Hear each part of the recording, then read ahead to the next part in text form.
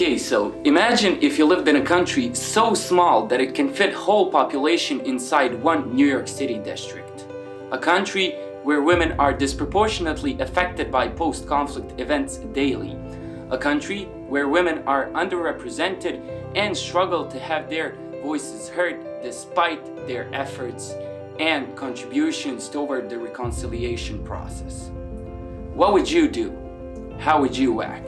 Women's issues, including discrimination and their political and social participation, have been addressed by the United Nations since the 1970s, since the first international conference focused on the status of women was held.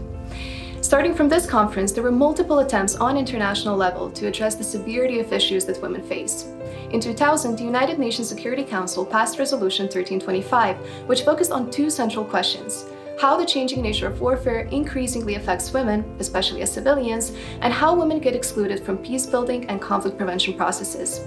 This resolution was the first legal document to address women's rights in conflict environments, with a focus on protection of women from wartime violence and their inclusion in peace negotiations. Though Bosnia and Herzegovina is among 43% of UN member states that have developed a national action plan for implementing the resolution, there's still a long way to go.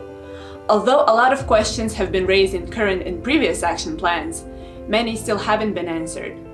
We raised some of the most critical questions in this paper. Now we ask you, how can you make an impact? Will you try to further address these issues in your community? If you're interested in learning about this topic, hit the link in the description below and follow Humanity in Action for more. For the women. For the community. For the humanity.